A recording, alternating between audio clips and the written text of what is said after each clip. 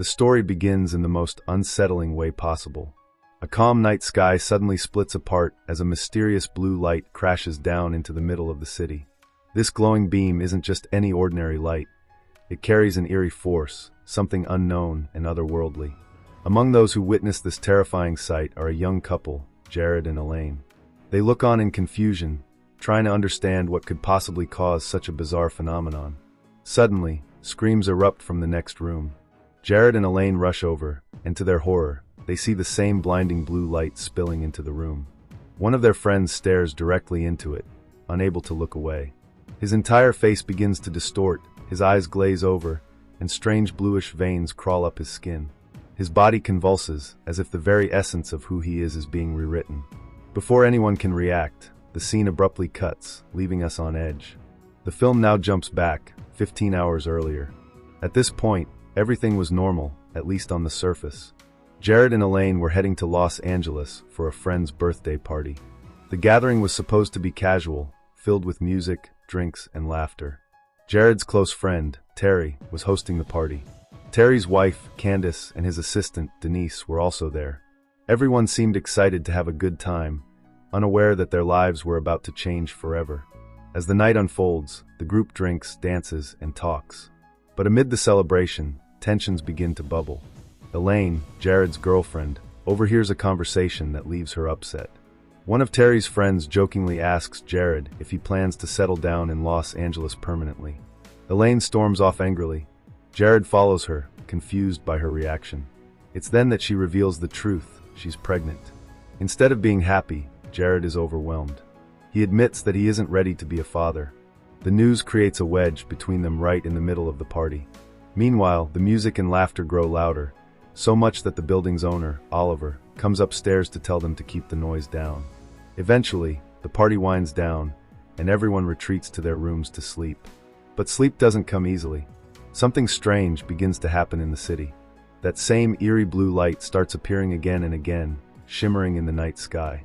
No one knows what it is, but it draws people in like moths to a flame. Ray, one of Terry's friends, is the first to be lured. He stares into the light from the window. His body stiffens, his eyes become clouded, and he is pulled toward it as if under a spell. His wife screams in terror, waking everyone. Jared rushes out, only to see Ray vanishing, consumed by the mysterious glow. The earlier horrifying moment comes back, the scene we saw at the very beginning. Jared is nearly taken too, staring directly into the light. His skin twists, blue veins spreading across his face, his body trembling. Terry rushes to his side and pulls him away just in time, slamming the blinds shut to block the light. Jared slowly returns to normal, his body recovering, but the damage is done. Everyone now realizes the light isn't just some natural phenomenon. It's alive, and it wants them. Confused and terrified, Jared and Terry go to the rooftop to investigate. Up there, they encounter an old man who also lives in the building. The man is visibly shaken, telling them to stay indoors, but before they can react, the rooftop door slams shut behind them, locking itself. That's when they see it. Hovering above the city is a massive alien mothership, pulsating with energy. From its belly pours the same blue light, capturing humans one by one and pulling them upward. Jared, terrified but curious, uses his camera to take pictures of the strange sight. When he zooms in, he realizes the light is not just light, it's a swarm of drones. These alien drones are the ones mesmerizing people and dragging them away. One of the drones suddenly notices Jared and Terry. It begins moving toward them. Panic sets in. Terry pulls out a gun and fires, but the bullets do nothing. The drone keeps advancing, unstoppable. Just when it seems they're doomed, Elaine opens the rooftop door, pulling them back inside. But as she does, the glow from the drone washes over her. Her body stiffens, her face twists, and she begins to fall under the alien control. Jared clutches her, pulling her back, and Terry slams the door shut. Elaine eventually regains herself, but the danger grows more terrifying with every passing second. Inside, Jared shows the pictures to everyone, and they finally understand what's happening. These aren't just lights in the sky. They're alien machines, abducting people by the hundreds. Everyone debates what to do. Terry insists they must leave the building and escape. But Elaine, still shaken, is too scared to move. Jared, determined to keep her safe, reassures her, promising that nothing will happen to her as long as they stay together. The group decides to escape using a car from the parking garage. To get the keys, Terry sneaks into a neighbor's apartment. Unfortunately, the old man who lived there is still inside, trembling in fear. Just as Terry grabs the keys, a massive alien drone bursts in. This one isn't just a simple glowing machine. It's a terrifying biomechanical creature with writhing tentacles like an octopus. The drone attacks, and though Terry tries to fight back, the old man becomes its victim. Terry barely manages to escape, shaken by the sight of the alien tearing a human apart. He returns to the others, warning them that the aliens are everywhere. Elaine, still frightened, begs Jared to stay, but he insists they need to move. He argues that water seems to be the one place the aliens avoid. They haven't seen a single creature over the ocean. Their best chance is to reach the sea. The group heads for the garage. But just as they're about to leave, they encounter another couple who live in the building, Colin and his wife. Colin refuses their help, insisting he can handle things on his own. But before they can even argue, a giant alien robotic creature smashes into the garage. Its tentacles lash out, grabbing people. Chaos erupts.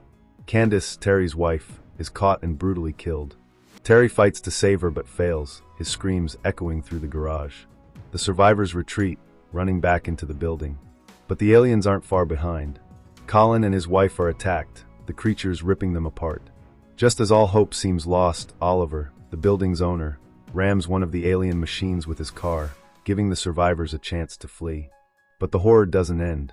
They witness the alien tearing off Colin's head, extracting his brain, and fusing it into its own body.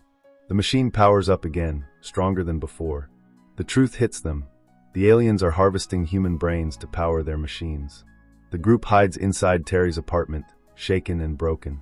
The night drags on, filled with the constant hum of alien activity outside. In the morning, they debate their next move. Jared insists they need to leave for the ocean, but Oliver disagrees. He believes staying hidden in the building is safer. Before they can decide, the sound of jets fills the sky. The U.S. Air Force has arrived.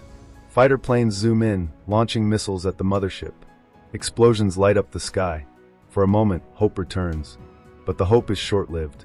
Alien drones swarm out of the mothership, ripping the jets apart one by one. Explosions rock the city as fighter planes are destroyed midair.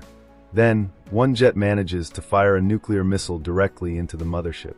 The explosion is massive, lighting up the entire city. The mothership crashes into the ground, sending shockwaves through the streets. The survivors cheer, believing the nightmare is over. But then the unthinkable happens. The alien drones swarm around the mothership, repairing it in minutes. The giant ship rises again, fully functional, as if nothing had happened. Humanity's strongest weapon did nothing. Despair fills the group. Oliver insists they barricade the windows and stay put, but Jared grows frustrated. He knows hiding won't save them. The stress and fear begin to take a toll. Jared, who had earlier been partially exposed to the alien light, begins to change. His strength increases unnaturally. In a fit of anger, he lifts Oliver with one hand, nearly choking him before snapping back to normal. Terrified, Jared realizes something inside him is changing, and he doesn't know if he can control it. Elaine, worried, begs him to stay with her. Jared promises he will protect her no matter what.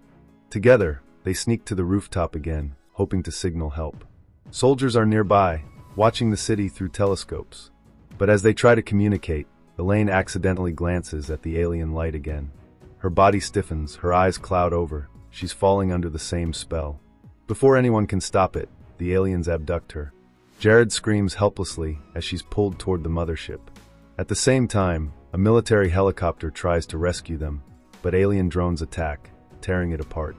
Oliver sacrifices himself, trying to ignite gas and take some of the creatures with him. His lighter fails at first, but in his final moments, it sparks. The explosion consumes him and several aliens, but the mothership remains untouched. The chaos leaves Jared broken. He runs after Elaine, refusing to let her go, even as the aliens close in. His body begins to surge with unnatural strength again. The blue veins spread across his skin, his anger fueling him. For the first time, he fights back, smashing an alien drone with his bare hands. He doesn't understand how, but something inside him is changing. Something powerful, something connected to the aliens themselves. But before he can make sense of it, the mothership's beam captures both him and Elaine, pulling them upward. The city burns below, fighter jets crash, humans scream, and the alien invasion continues without mercy. The couple is taken, dragged into the heart of the mothership. And this is where part 1 ends, on the edge of despair, with Jared and Elaine pulled into the unknown, as the world around them crumbles into ash. The screen fades back in as Jared and Elaine are sucked into the enormous alien mothership. Their bodies float helplessly in the radiant blue light, surrounded by hundreds of others. Humans scream, thrash, and vanish into the shimmering glow. Some are already limp, unconscious, as the beam carries them upward. Jared fights to hold Elaine's hand, but the pull is too strong. They are dragged into the cold, metallic belly of the ship. The moment they cross the threshold, the sound of the city disappears. Inside the mothership, there is only silence, a suffocating, terrifying silence. They crash down onto a metallic floor. Jared looks around in horror. All around him are human bodies, dozens, maybe hundreds. Some are alive, sobbing or screaming.